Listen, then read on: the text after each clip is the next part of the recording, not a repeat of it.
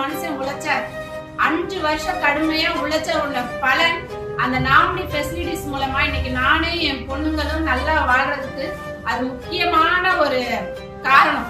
ஏன் சொல்றேன்னா, சாரு இறக்கும் போது என் குழந்தைகள் ஒரு பொண்ணு 2nd ஸ்டாண்டர்ட் படிச்சிச்சு, ஒரு பொண்ணு LKG படிச்சிச்சு. நான் அந்த டைம்ல சார் தான் படிக்கலையே, ஆனா தான் குழந்தைய நல்ல ஸ்கூல்ல படிக்கணும்னு நினைச்சுதான் அவர் அந்த ஸ்கூல்ல சேர்த்தாரு, CBSE ஸ்கூல்ல. அவங்க என்ன கேட்டாங்கன்னா, மேடம் இனிமேல் எப்படி உங்களால ஃபீஸ் கட்ட முடியும் அப்படின்னாங்க. நான் சொன்னேன், எங்க வீட்டுக்கார் இத்தனை வருஷம் உழைச்சதுக்கு உண்டானது நாமினி ஃபெசிலிட்டிஸ் எல்லாம் அதே வருமானத்தை நான் வாங்கிட்டு இருக்கேன்.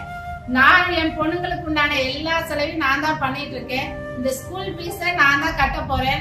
கிட்டத்தட்ட 1 லட்சம் ரூபாய் பக்கம் நான் அந்த ஸ்கூல் ஃபீஸ் கட்டியிருக்கேன். அதே மாதிரி இன்னொன்னு சொல்லிக்கிறேன், என்னன்னா நான் இந்த பிசினஸ் மூலமா கிட்டத்தட்ட 60 லட்சம் ரூபாய் மதிப்புள்ள ஒரு லேண்ட் வாங்கியிருக்கேன்.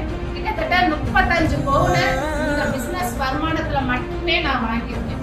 இன்னமும் இது ஒரு முக்கிய காரணம் என்ன தெரியுமா, சார் அன்னைக்கு போட்ட உழைப்பு, அதே மாதிரி டீம்ங்கிற ஒரு நம்பிக்கை. கைலாஸ்ல பிசினஸ்ல மட்டும்தான் யார் நம்பிக்கையோட உழைச்சு அவங்க டீம்ங்கிற ஒரு சொத்தை யார் உருவாக்கி இருக்காங்களோ அந்த